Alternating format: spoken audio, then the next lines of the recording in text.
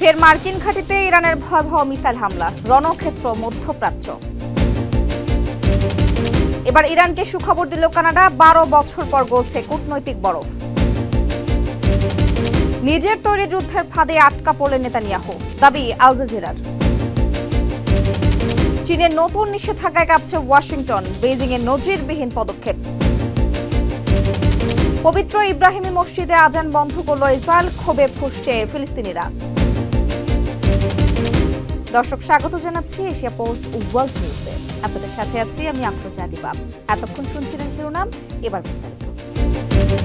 Hormuz প্রণালীতে পানামার তেলের ট্যাঙ্কারে ইরানি হামলার পর মধ্যপ্রাচ্য জুড়ে শুরু হয়েছে ভয়াবহ পাল্টাপাল্টি সংঘাত।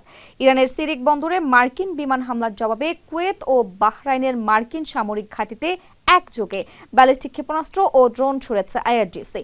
প্রেসিডেন্ট ট্রাম্প একে ভয়াবহ যুদ্ধের পূর্বাভাস দিলেও ইরান বলছে ওয়াশিংটন চুক্তি লঙ্ঘন করলে আরো কঠিন জবাব দেওয়া হবে। বিস্তারিত রিপোর্টে। এবার পানামার পতাকাবাহী ট্যাঙ্কারে হামলাকে কেন্দ্র করে যুক্তরাষ্ট্র ও ইরানের মধ্যে আবারও পাল্টাপাল্টি হামলার ঘটনা ঘটেছে। মূলত শনিবার পানামার পতাকাবাহী ট্যাঙ্কার কিকু 20 লাখ ব্যারেল অপরিশোধিত তেল নিয়ে হরমুজ প্রণালী অতিক্রমের চেষ্টা করে। এ সময় ইরানের আত্মঘাতী ড্রোনের আঘাতে ট্যাঙ্কারটি ক্ষতিগ্রস্ত হয়। এর পরপরই তেহরানে হামলা চালায় মার্কিন বাহিনী। আল জাজিরা জানিয়েছে, দক্ষিণ ইরানের সিরিক বন্দরের কাছে তাহরুই গ্রামের আশেপাশে বিস্ফোরণের খবর পাওয়া গেছে। এই এলাকায় গেল শুক্রবারও মার্কিন বাহিনী হামলা চালিয়েছিল। হামলার পরপরই মার্কিন প্রেসিডেন্ট ডোনাল্ড ট্রাম্প বলেছেন, ইরান ওয়াশিংটনের প্রত্যাশা পূরণ না করলে এই হামলা ভয়াবহ যুদ্ধে রূপ নিতে পারে। তিনি যুদ্ধবিরতি লঙ্ঘনের জন্য ইরানের কঠোর সমালোচনাও করেন। মধ্যপ্রাচ্যে মার্কিন সামরিক কার্যক্রম পরিচালনাকারী ইউএস সেন্ট্রাল কমান্ড বা সেন্টকম জানিয়েছে, বাণিজ্যিক জাহাজে ইরানের ধারাবাহিক হামলার প্রতিক্রিয়ায় প্রেসিডেন্ট ট্রাম্পের নির্দেশে এই হামলা চালানো হয়েছে। হামলায় ইরানের সামরিক নজরদারি অবকাঠামো, যোগাযোগ ব্যবস্থা, আকাশ প্রতিরক্ষা ব্যবস্থা, ড্রোন মজুত কেন্দ্র এবং মাইন স্থাপনের সক্ষমতাকে লক্ষ্যবস্তু করা হয়েছে।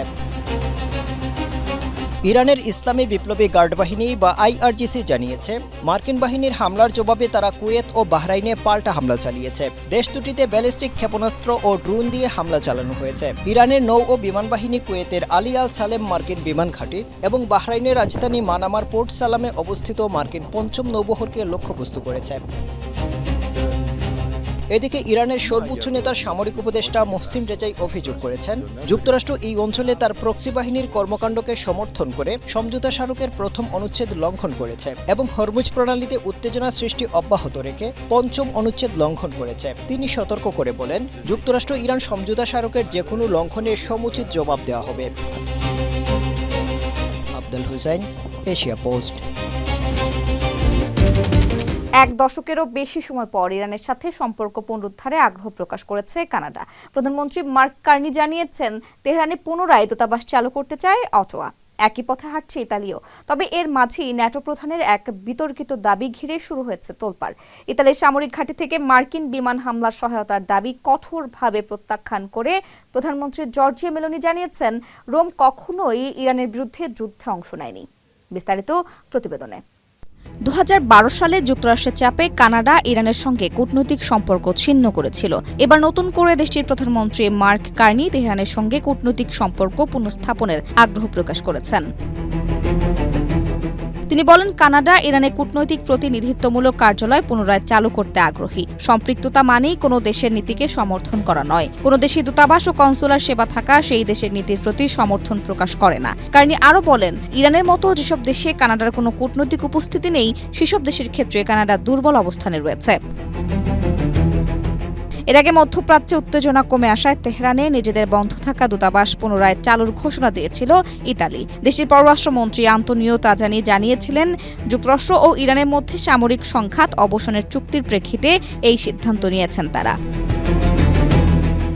এদিকে ন্যাটো মহাসচিব মার্ক রুটে দাবি করেছেন, ইতালি সহ ইউরোপের কয়েকটি ন্যাটোভুক্ত দেশ যুক্তরাষ্ট্রের ইরানের বিরুদ্ধে চালানো অপারেশন এপিক ফিউরিতে পরোক্ষভাবে সহায়তা করেছে। তার দাবি, ইতালির সামরিক ঘাঁটি থেকে প্রায় 500 মার্কিন বিমান ওই অভিযানের সমর্থনে উড্ডয়ন করেছে।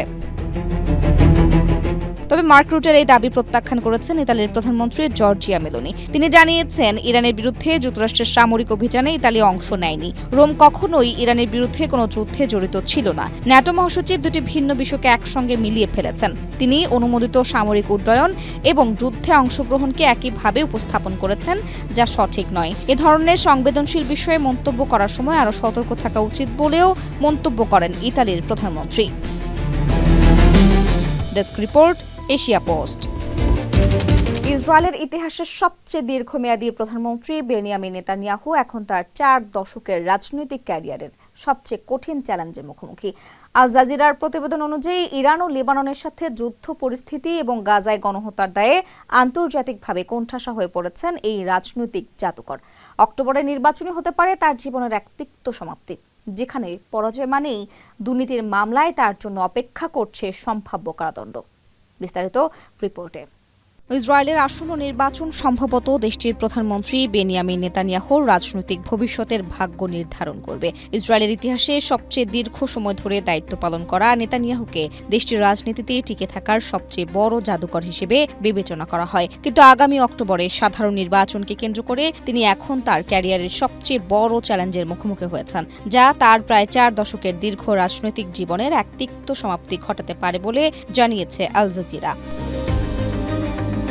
আল জাজিরার এই বিশ্লেষণধর্মী প্রতিবেদনে বলা হয়েছে, তার রাজনৈতিক ইতি ঘটানোর পটভূমিতে রয়েছে একের পর এক নাটকীয় রাজনৈতিক ঘটনা। বিশেষ করে গত 28 ফেব্রুয়ারি নেতানিয়াহু মার্কিন প্রেসিডেন্ট ডোনাল্ড ট্রাম্পকে ইরানের বিরুদ্ধে যুদ্ধে যোগ দিতে রাজি করিয়েছিলেন বলে খবর আসে। প্রতিবেদনে বলা হয়, এর জের ধরে তেহরানও ইসরায়েল উপসাগরীয় দেশগুলো এবং হরমুজ প্রণালীতে চলাচলকারী জাহাজের ওপর পাল্টা হামলা শুরু করে। একই সঙ্গে ইসরায়েল উত্তরের লেবাননের সশস্ত্র গোষ্ঠীর সাথে আরেকটি যুদ্ধে জড়িয়ে পড়েছে। এই পরিস্থিতি নেতানিয়াহুকে এক উভয় সংকটে ফেলে দিয়েছে। একদিকে লেবাননে সামরিক অভিযান বন্ধ করার জন্য মার্কিন চাপ, অন্যদিকে ইরান ও তার আঞ্চলিক প্রক্সিগুলোর বিরুদ্ধে লড়াই চালিয়ে যাওয়ার পক্ষে ইসরায়েলি জনগণের জোরালো দাবি। প্রতিবেদনে বলা হয়, গাজায় একের পর এক চালানো গণহত্যামূলক যুদ্ধের কারণে ইসরায়েল আন্তর্জাতিক মহলে ক্রমাগত নজরদারি ও সমালোচনার মুখে পড়েছে। এর ফলে কিছু দেশের কাছে তারা প্রায় একঘরে রাষ্ট্রে পরিণত হয়েছে। খোদ মার্কিন রাজনৈতিক মহলের ভেতরেও তাদের বিরুদ্ধে আরও সোচ্চার সমালোচনা শুরু হয়েছে বলে প্রতিবেদনে উল্লেখ করা হয়। এসবের মধ্যেই নেতানিয়াহু 2019 সাল থেকে চলে আসা একাধিক দুর্নীতির মামলার মুখোমুখি হচ্ছেন।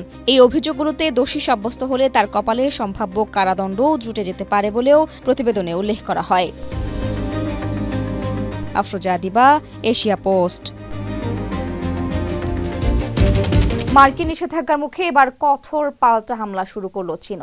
আলিবাবা ও বাইদুর মতো 80টি চীনা প্রতিষ্ঠানকে পেন্টাগন কালো তালিকাভুক্ত করার জবাবে 10টি প্রভাবশালী মার্কিন সামরিক ও খনিজ উৎপাদনকারী প্রতিষ্ঠানের উপর রপ্তানি নিষেধাজ্ঞা আরোপ করেছে বেইজিং। বিরল খনিজ ও দ্বৈত ব্যবহারযোগ্য প্রযুক্তিতে এই অবরোধ বিশ্ব রাজনীতিতে ওয়াশিংটনের প্রভাব ও বেইজিংয়ের ক্রমবর্ধমান শক্তির বার্তা দিচ্ছে। যুক্তরাষ্ট্র কর্তৃক চীনা প্রযুক্তি প্রতিষ্ঠানগুলোকে কালো তালিকাভুক্ত করার পাল্টা জবাব হিসেবে চীন 10টি মার্কিন সামরিক ও খনিজ উৎপাদনকারী প্রতিষ্ঠানের উপর কঠোর রপ্তানি নিষেধাজ্ঞা আরোপ করেছে। 22 জুন চীনের বাণিজ্য মন্ত্রণালয় এই নতুন শাস্তিমূলক ব্যবস্থার ঘোষণা দেয়, যা তাৎক্ষণিকভাবে কার্যকর করা হয়েছে বলে জানায় আনাদুলু এজেন্সি।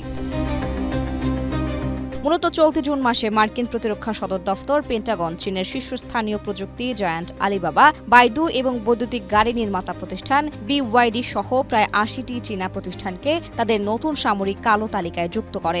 ওয়াশিংটনের এই পদক্ষেপকে চীনের জাতীয় নিরাপত্তার উপর আঘাত এবং ভুল নীতি আখ্যা দিয়ে বেইজিং এই পাল্টা ব্যবস্থা গ্রহণ করেছে।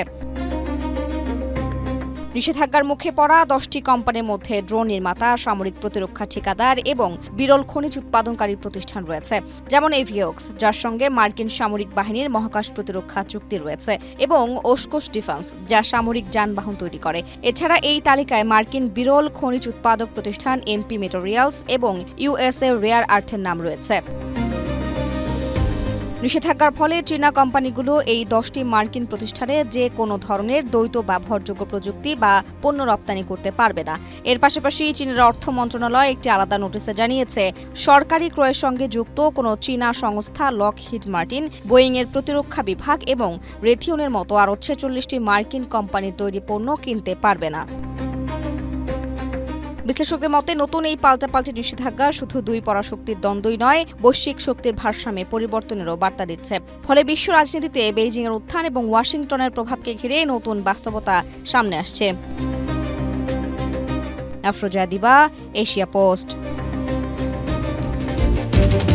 ফিলিস্তিনের অধিকৃত পশ্চিম তীরের পবিত্র ইব্রাহিমী মসজিদে টানা 5 দিন ধরে আজান বন্ধ করে দিয়েছে ইসরায়েলি সেনারা। মসজিদের পরিচালক ও প্রধান কাস্টাডিয়নকে প্রবেশে 12 দিনের নিষেধাজ্ঞার পাশাপাশি মুয়াজ্জিনকেও আজান দিতে বাধা দেওয়া হচ্ছে। 1994 সালে রক্তক্ষয়ী গণহত্যার পর মসজিদটি বিভক্ত করা হলেও এখন আজান দেওয়ার পুরো নিয়ন্ত্রণ নিয়ে মুসলিমদের ধর্মীয় অধিকারে সরাসরি আঘাত হানছে ইসরায়েল। বিস্তারিত রিপোর্টে। ফিলিস্তিনের অধিকৃত পশ্চিম তীরের হেব্রনের ইব্রাহিমী মসজিদে গেল 5 দিন ধরে আজান বন্ধ করেছে ইসরায়েল। এই মসজিদের পাশেই সমাহিত আছেন হযরত ইব্রাহিম আলাইহিসসালাম। ফিলিস্তিনিদের এই মসজিদে যেতে দিচ্ছে না ইসরায়েলি সেনারা। শুধু তাই নয়, আগামী 12 দিনের জন্য মসজিদটির পরিচালক শেখ মুতাজ আবু সেনিনেহ এবং কাস্টাডিয়ানের প্রধান হামাম আবু মুরখিয়াকে সেখানে প্রবেশে নিষেধাজ্ঞাও জারি করা হয়েছে। 1994 সালে এক আমেরিকান ইসরায়েলি অবৈধ বসতি স্থাপনকারী ইব্রাহিমী মসজিদে ঢুকে মুসলিমদের ওপর গুলি ছুড়ে গণহত্যা চালায়। তার গুলিতে 29 জন নিহত হন। এরপর থেকে ইসরায়েল মসজিদটি দুটি ভাগে বিভক্ত করে ফেলে। এর 60% ইহুদি এবং বাকি 40% মুসলিমদের জন্য বরাদ্দ দেওয়া হয়। কিন্তু এরপর থেকে ইসরায়েল তাদের নিয়ন্ত্রণ আরও বাড়িয়েছে। মিডল ইস্ট আই জানিয়েছে, যেখান থেকে আজান দেওয়া হয় ওই অংশটি ইসরায়েলের নিয়ন্ত্রণে। সেখানে এখন মুয়াজ্জিনকে প্রবেশই করতে দেওয়া হচ্ছে না। গেল রোববার থেকে আজান দেওয়া থেকে মসজিদের মুয়াজ্জিনকে বিরত রাখা হয়েছে।